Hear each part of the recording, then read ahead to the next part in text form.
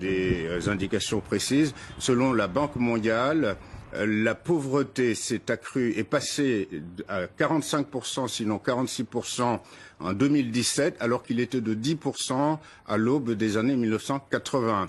On estime aujourd'hui que la majorité des demandeurs d'asile ici en France d'origine africaine sont des Ivoiriens, voire même de l'ensemble des demandeurs d'asile. C'est-à-dire qu'il y a beaucoup d'Ivoiriens aujourd'hui, de jeunes Ivoiriens, qui prennent le chemin de l'immigration, notamment de l'immigration clandestine vers l'Europe. Je crois que la Côte d'Ivoire compte parmi les 4 premiers pays qui, aujourd'hui, malheureusement, voient leur jeunesse quitter le pays parce qu'ils se disent qu'ils n'ont aucun avenir. Donc il y a une croissance, mais elle ne profite pas à tout le monde. Voilà, il y a une croissance. Cette croissance ne profite pas à tout le monde. C'est une croissance qui, selon les détracteurs de M. Ouattara, profite à un clan, profite à des investisseurs étrangers. Les investisseurs étrangers, les Français sont montrés du doigt parce que lors des privatisations organisées à l'époque d'Houphouët-Boigny par Alassane Ouattara, ce sont surtout les entreprises françaises qui ont profité des entreprises publiques qui les ont rachetées.